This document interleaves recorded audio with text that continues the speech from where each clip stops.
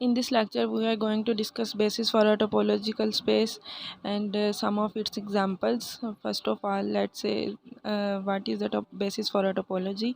Let X be a set, a collection B, curly B of subsets of X is a basis for a topology. If दो conditions satisfy कर रही हो तो अब हमारे पास ये बेसिस बनेंगे, और वो दो कंडीशंस क्या हैं। पहली कंडीशन है for each x belongs to x there exist a b belongs to curly b with x belongs to b. इस एग्जाम का क्या मतलब है, इस प्रॉपर्टी का, कि एक्स के हर एलिमेंट के लिए एक सबसेट करली बी में मौजूद है जो कि एक्स को कंटेन करता है। यानी हर एलिमेंट किसी ना किसी सबसेट बी में मौजूद है करली बी के। ऐसा नहीं है कि सम हम एलिमेंट्स ले रहे हैं जो कि सम सबसेट्स में हैं और कुछ एलिमेंट्स वैसे ही एक्स के अंदर फ्री पड़े हुए हैं। सारे के सारे एलिमेंट्स किसी न किसी सबसेट में ज़रूर मौजूद हैं और वो सबसेट करली बी का एलिमेंट है। और सेकंड एक्सियम ये कहती है if b1 and b2 belongs to b and x belongs to intersection of b1 and b2, then there exists a b3 belongs to curly b with x belongs to b3 contained in b1 intersection b2। इस property से का मतलब ये है कि अगर x हमारे पास दो सबसेट्स के इंटरसेक्शन से बिलोंग कर रहा है तो वहाँ पे एक b3 ऐसा मौजूद होना चाहिए जो कि b1 उन दोनों सेट्स जिन सेट्स के इंटरसेक्शन से x बिलोंग कर रहा है वो b3 उन दोनों सेट्स में कंटेन करे। यानी x belongs to b3 contained in b1 intersection b2। Examples के थ्रू हम इसको देखते हैं तो हमें ज़्यादा इजीली समझ आ जाएगी। और ये जो सेट्स बी हैं करली बी के एलिमेंट्स, इनको बेसिस एलिमेंट्स बोलते हैं। ये बेसिस बनाते हैं टोपोलॉजिकल स्पेस के लिए। एग्जांपल 1 देखते हैं। एक्स प्लेन R2 की है, R2 be a plane and let B be the set of all open circular regions in the plane. हम जो करली बी ले रहे हैं वो ऐसी कलेक्शन ले रहे हैं जो कि सारे प्लेन के अंदर सर्कुलर रीजन्स हैं, डिफरेंट रीजन्स हैं। एप्सिलॉन बॉल्स हम इनको कह सकते हैं। यानी हर एक्स के लिए सेंटर डेट एक्स एक बॉल एग्जिस्ट करती है। जो भी एक्स हमारा प्लेन आर में से बिलोंग करता है उसके ऊपर एक बॉल मौजूद है। उसको एप्सिलॉन बॉल इसलिए कह रहे हैं कि एप्सिलॉन रेडियस की बॉल है, या इसको एप्सिलॉन डिस्क भी कहते हैं। और इसका डिफ़ाइन ऐसे करते हैं एप्सिलॉन बॉल को, B of x e, x इसलिए है ऑर्डर पेयर एक्स में एक्स सेंटर है और एप्सिलॉन इसका रेडियस है। और इसमें किस तरह के एलिमेंट्स आते हैं, सारे वो एलिमेंट्स आते हैं जिनका एक्स से डिस्टेंस लेस देन एप्सिलॉन हो। Y belongs to R square, यानी सारे प्लेन आर में से हम ऐसे एलिमेंट्स ले रहे हैं such that y minus x norm less than है एप्सिलॉन से। उनका डिस्टेंस एक्स से जब लें तो एप्सिलॉन से कम आता है, रेडियस से कम आता है। जैसे ये रिप्रेजेंट किया है कि सेंटर डेट एक्स एक बॉल है और वाई से एक्स तक डिस्टेंस इसका रेडियस है एप्सिलॉन। एप्सिलॉन से कम ही होगा, सर्कल की जो बाउंड्री है वहाँ तक एप्सिलॉन है। With respect to the Euclidean metric d of x y, Euclidean metric हमने कल भी पढ़ी थी कि वाई माइनस एक्स नॉर्म होती है, डिस्टेंस होता है ये इन द प्लेन। अब इसको वेरीफाई करना है कि जो दो कंडीशन बेसिस वाली हमने अभी ऊपर पढ़ी हैं वो कैसे वेरीफाई होंगी, कैसे अप्लाई हो रही हैं इस पर। पहली कंडीशन हमारी है कि हर एक्स के ऊपर एक ऐसा बी सेट होना चाहिए जो करली बी से बिलोंग करे। तो हर एक्स के लिए हमारे पास एक बॉल होती है। जब by the definition of open circular regions, all open circular regions हैं प्लेन के अंदर हमने लिए हुए, तो डेफिनेशन से हमारे पास ये बॉल आती है x belongs to R square the one ball. Let say one ball है, यानी with center one with radius one at center that x हमारे पास एक बॉल आएगी कि one minus x norm less than one होगा। वो करली बी के अंदर लाई करेगी और करली बी के अंदर लाई कर रही हो तो एक्स बिलोंग करेगा उस बॉल में से। यानी जिस सेंटर पे हम बॉल बना रहे हैं तो ऑब्वियसली वो जो पॉइंट है सेंटर वाला पॉइंट वो बॉल के अंदर ही होता है ना। तो यही हमने करना था कि जो पॉइंट है वो उस बी के अंदर हो, उस बी सेट के। अब यहाँ हम सर्कुलर रीजन्स ले रहे हैं, बॉल्स ले रहे हैं, तो इसलिए एक्स जो है वो बी से बिलोंग कर गया। तो हमारी फर्स्ट एक्सियम प्रॉपर्टी होल्ड कर रही है। सेकंड प्रॉपर्टी देखते हैं। सेकंड प्रॉपर्टी में हमने दो चीज़ें सपोज करनी है। एक तो सपोज़ करना है कि B1 और B2 जो है वो कर्ली V से हैं, और दूसरी चीज़ हमने सपोज़ करनी है कि X बिलोंग करता है B1 इंटरसेक्शन B2 से। और जो हमने प्रूव करना है वो ये है कि जो X बिलोंग करता है B1 इंटरसेक्शन B2 से, और B1 इंटरसेक्शन B2 के अंदर एक और सबसेट B3 है जो कि दोनों में कॉमन है, उसके अंदर x है, ये हमने प्रूव करना है। वो प्रूव करने के लिए हम बाय द डेफिनेशन अगर x स्पेस R2 से बिलोंग कर रहा है और B1 हमने ली है centred eight x1, B1 ball ली है सेंटर्ड एट x1 और B2 बॉल ली है सेंटर्ड एट x2। इनकी रिप्रेजेंटेशन अगर हम विजुअलाइज करें तो इस तरह से होती है, ये बॉल B1 है, x1 के ऊपर सेंटर है, एप्सिलॉन 1 है इसका रेडियस, और बॉल B2 है, इस सेंटर्ड एट x2 और एप्सिलॉन 2 इसका रेडियस है। अगर हमने सपोज किया है सेकंड एग्जाम के लिए कि x बिलोंग कर रहा है B1 इंटरसेक्शन B2 से, तो इट मीन्स x इन दोनों के अंदर है, दोनों के अंदर है। जब इसके इंटरसेक्शन की फिगर ड्रा करेंगे तो ये कुछ ऐसी बनेगी, B1 है, B2 बॉल है, अब x इंटरसेक्शन में आ रहा है। हमने ये प्रूव करना है कि जो x इंटरसेक्शन में आ रहा है वहाँ पे एक बॉल है जो कि x को कंटेन कर रही है, और वो बॉल पूरी की पूरी B2 और B1 के इंटरसेक्शन के अंदर ही मौजूद है, इंटरसेक्शन वाले पोर्शन में है। ये प्रूव करने के लिए हम लेट करते हैं कि जो एप्सिलॉन लेट करते हैं minimum of epsilon 1 minus x1 norm, यानी इन दोनों एप्सिलॉन से एक छोटा एप्सिलॉन लेना है, मज़ीद छोटा, जो कि रेडियस को डिफ़ाइन करेगा B3 के रेडियस को, और एप्सिलॉन ऑब्वियसली ग्रेटर दैन 0 ही होगा। हम क्लेम कर रहे हैं कि B3 जो है वो कंटेन करता है B1 इंटरसेक्शन B2 में, और इस क्लेम को अब हमने प्रूव करना है। x तो बिलोंग करता है B3, हमने एक बना ली है B3 x के ऊपर, बॉल बना ली है x के ऊपर। हमने ये खुद से क्लेम किया अभी फ़िलहाल कि B3 जो है वो इंटरसेक्शन के अंदर है B1 और B2 के, लेकिन इसको प्रूव कैसे करेंगे? प्रूव करने के लिए हम ट्रायंगल इनइक्वालिटी यूज़ करेंगे, और वो ट्रायंगल इनइक्वालिटी जो कल हमने मेट्रिक स्पेस की प्रॉपर्टीज़ में भी पढ़ी थी कि D of x y norm जो है वो लेस दैन इक्वल टू होता है D of x g plus D of y g के, उसको यूज़ करेंगे हम यहाँ। पहले तो डेफिनेशन यूज़ करते हैं, अगर B3 को हमने कंटेन करवाना है B1 और B2 के इंटरसेक्शन में, तो हम B3 को B3 में से एक एलिमेंट आर्बिट्ररी एलिमेंट लेके चलेंगे, और अगर वो B1 और B2 के इंटरसेक्शन में चला जाए तो इट मीन्स B3 कंटेन कर जाएगा B1 और B2 में। अब Y लिया है B3 में से, इसको हम लेके जाएंगे B1 इंटरसेक्शन B2 में। अब जब y B3 से बिलोंग करता है तो B3 क्या है? बॉल की प्रॉपर्टी ये कहती है कि जो सेंटर एट x अगर हम ले रहे हैं बॉल, तो y माइनस एक्स नॉर्म जो है वो लेस दैन एप्सिलॉन होगा, और एप्सिलॉन हमने यहाँ देखा कि हमने लिया था minimum of epsilon 1 minus x one norm, और epsilon 2 minus x two norm, ये हमने एप्सिलॉन लिया था। तो एप्सिलॉन या तो पहली टर्म के से कम होगा या उसके बराबर होगा, या फिर दूसरी टर्म के से कम होगा या उसके बराबर होगा। तो फर्स्ट टाइम हम जो सपोज कर रहे हैं वो हम ले रहे हैं epsilon is less than equal to epsilon 1 minus x one norm, क्योंकि हम B1 के लिए प्रूव कर रहे हैं। पहले B1 में कंटेन कराएंगे B3 को, फिर B2 में कंटेन कराएंगे। जब दोनों में कंटेन कर जाएगा तो इट मीन्स उनके इंटरसेक्शन में भी कंटेन करेगा। तो ये यहाँ तक हमने सपोजिशन कर ली है epsilon less than equal to epsilon 1 minus x one norm. अब ट्रायंगल इनइक्वालिटी लगाते हैं y x और x1 पे, यानी y से x1 तक का जो डिस्टेंस है, अगर उसको दरमियान में एक और पॉइंट x ले लें और उसको सप्लीट करें तो ये हमारे पास इनइक्वालिटी बनती है y minus x one norm less than equal to y minus x norm plus x minus x one norm.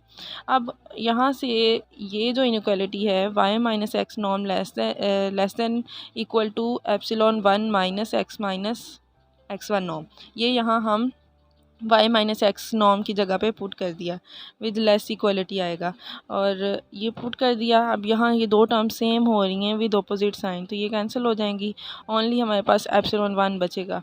और इससे क्या पता चला कि y minus x one norm हम लेके चले थे और वो लेस देन आ गया एप्सिलॉन 1 से। हमने तो y सपोज किया था B3 में से, अब वो सेंटर डेट x1 बन रहा है, वाई हम लेके चले थे B3 से, यानी उसका डिस्टेंस x से हमने देखा था। अब हम डिस्टेंस x1 से देख रहे हैं और वो लेस देन हो रहा है एप्सिलॉन 1 से, यानी रेडियस एप्सिलॉन 1 और सेंटर एट x1 कौन सी बॉल थी हमारी, B1 थी। तो y अब किस में बिलोंग कर गया है, B1 equals to B of x1 epsilon 1।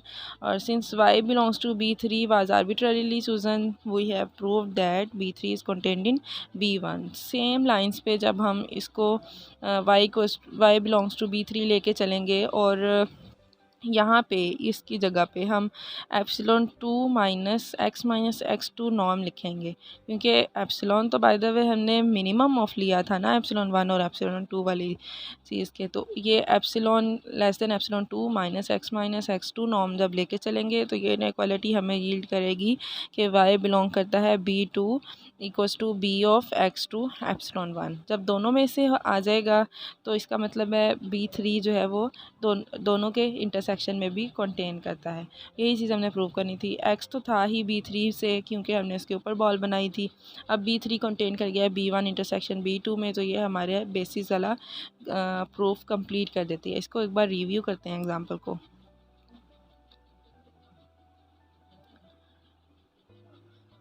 सबसे पहले आपका जो कलेक्शन है करली बी वाली कलेक्शन, वो आपने ऐसी ली है जो सारे ओपन सर्कुलर रीजन्स हैं प्लेन के अंदर, यानी वो एक एप्सिलॉन बॉल टाइप चीज़ है। बॉल बन रही है हर एलिमेंट के ऊपर, सेंटर एट एन एलिमेंट।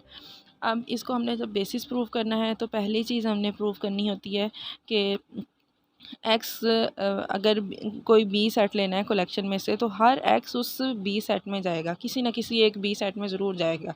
यानी हमने जो सर्कुलर रीजन वाली बात है वो यहाँ प्रूफ करनी है कि हर एक्स के ऊपर एक बॉल लाजमी है, या हर एक्स एक किसी ना किसी बॉल में ज़रूर कंटेन कर रहा है। तो उसके लिए हमने ये लिखा कि बी ऑफ x1 में सेंटर डेट एक्स रेडियस 1 की बॉल बना लिया, हम रेडियस 1/2 की भी बना सकते हैं। It's up to us. x belongs to b of x1 center at x और रेडियस 1। ये हो गया। सेकंड एग्जाम में हमने प्रूव करना था, सपोज करनी होती हैं दो चीज़ें, B1 और B2 लेने हैं करली B से, और उनका इंटरसेक्शन में से x सपोज करना है। फिर x को हमने लेके जाना है किसी और बॉल B3 में जो कि कंटेन करे B1 इंटरसेक्शन B2 में। उसके लिए हमने डेफिनेशन अप्लाई की है बॉल की कि x अगर B1 इंटरसेक्शन B2 से है तो वो B1 में भी होगा और B2 में भी होगा। जब B1 में होगा तो उसका एप्सिलॉन, उसका जो डिफरेंस है x minus x1, centre date x1 B1 थी, उसका रेडियस एप्सिलॉन 1 से छोटा होगा, और उसका जो डिफरेंस है वो रेडियस एप्सिलॉन 1 से छोटा होगा। और इसी तरह जब वो B2 से बिलोंग करेगा तो ये चीज़ आ जाएगी, ये इनइक्वालिटी हमारे पास आएगी। फिर हम जब दोनों बॉल्स का इंटरसेक्शन लिया तो x उन दोनों के इंटरसेक्शन से चल रहा है। x के ऊपर हमने खुद से क्लेम कर लिया कि एक बॉल एग्जिस्ट कर रही है यहाँ पे। उस बॉल की के लिए हमने सेंटर डेट x लिखा और उसका रेडियस लिखा एप्सिलॉन। और अब वो एप्सिलॉन क्या है, minimum of epsilon 1 minus x one norm epsilon 2 minus x two norm, ये हमने सपोज कर लिया। अब जब हम एक्स भी B3 से बिलोंग कर रहा है और एक्स B1 इंटरसेक्शन B2 से भी बिलोंग कर रहा है। अब रह गया जो प्रूव करने वाली चीज़ रह गई है वो B3 content in B1 intersection B2 prove करने वाला रहता है। उसके लिए हम क्या करेंगे, B3 में से एक एलिमेंट उठाएंगे, वो इंटरसेक्शन के अंदर ले जाए B1 के अंदर ले जाएंगे। फिर B3 में से एक आर्बिट्ररी एलिमेंट उठाया, उसको B2 में लेके गए, तो वो B2 में भी आ गया B1 में भी आ गया, तो इट मीन्स वो उन दोनों के इंटरसेक्शन में भी आ गया। तो ये हमारा प्रूफ कंप्लीट हो जाता है यहाँ पे। नेक्स्ट एग्जांपल 2 देखते हैं। x equals to plane R2 be the xy plane and let b dash be the set of curly b dash है set of all open rectangular regions। पहले हमने सर्कुलर रीजन्स वाले लिया था कलेक्शन, अब rectangular regions वाली collection ले रहे हैं। और रेक्टेंगुलर रीजन को जब इंटरवल्स के थ्रू हम रिप्रेजेंट करते हैं तो ऐसे करते हैं कि ए बी हमारा एक्स एक्सिस पे वैल्यूज़ होती हैं और सी डी हमारी वाई एक्सिस पे वैल्यूज़ होती हैं, इंटरवल्स हैं। इन दोनों का जब क्रॉस प्रोडक्ट लेते हैं तो आर क्रॉस आर में हमारी रेक्टेंगल बन जाती है। और इस तरह की सारी रेक्टेंगल्स ली हैं, सिर्फ एक ही रेक्टेंगल नहीं ली कि A B cross C D contained in R by R, सारी रेक्टेंगल्स इसमें आ रही हैं। और इसकी प्रॉपर्टी ये साथ में है ए बी सी डी की कि ए लेस देन बी होता है और सी लेस देन डी। जब इसको हम रिप्रेजेंट करेंगे ग्राफिकली तो ये कुछ इस तरह से हमारी बनेगी। विजुलाइज करवाने के लिए आपको फिगर बनाई है मैंने कि एक्स एक्सिस पे हमने पॉइंट ए और बी लिए हैं, ए बी से छोटा है और सी डी से छोटा है। वाई एक्सिस पे पॉइंट लिए हैं। जब हम रेक्टेंगल बनाएंगे ये A B cross C D वाली, तो ये कुछ इस तरह से बनेगी। फर्स्ट पॉइंट हमारा ए और सी का बनेगा, सेकंड पॉइंट बी सी का बनेगा, थर्ड पॉइंट बी डी का और फोर्थ पॉइंट ए डी का। इस तरह से रेक्टेंगल की बन रही है। और इसकी हॉरिजॉन्टल लाइंस कौन कौन सी हैं?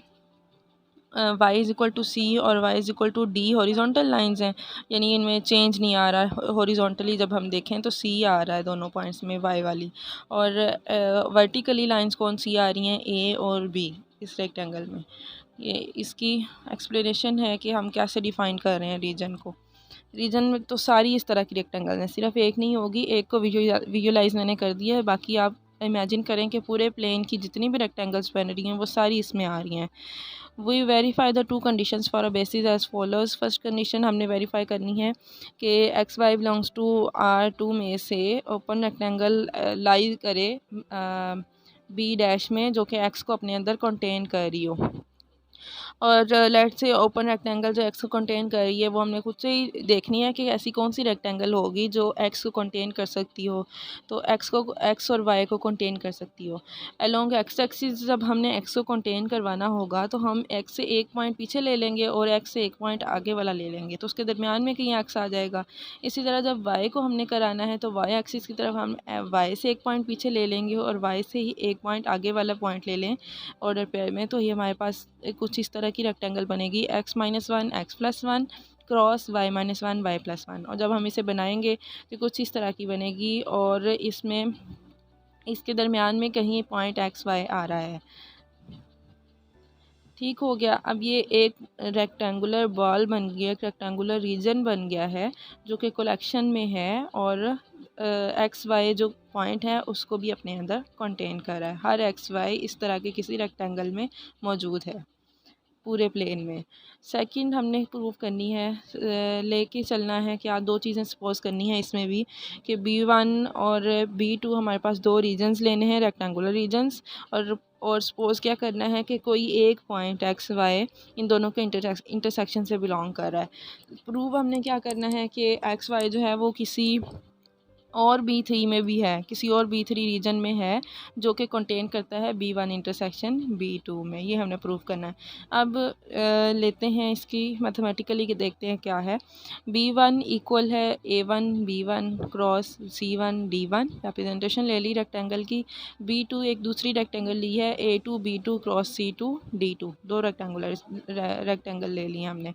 और हमने लिया है एक्स वाई इन दोनों के इंटरसेक्शन से। जब एक्स वाई पॉइंट इन दोनों के इंटरसेक्शन से आ रहा है तो एक्स कहीं एक्स एक्सिस के जो पॉइंट्स हैं उनके दरमियान में लाई कर रहा होगा दोनों बॉल्स के, और वाई हमारा जो वाई एक्सिस के दोनों पॉइंट्स हैं दोनों बॉल्स के उनके दरमियान कहीं लाई कर रहा होगा। उसके लिए हमने ये इनइक्वालिटीज़ लिखी हैं कि A1 less than x less than B1, या यहाँ से ऊपर कि A1 और B1 के दरमियान में एक्स होगा, C1 और D1 के दरमियान में वाई होगा, और A2 और B2 के दरमियान में x होगा, C2 और D2 के दरमियान में y होगा।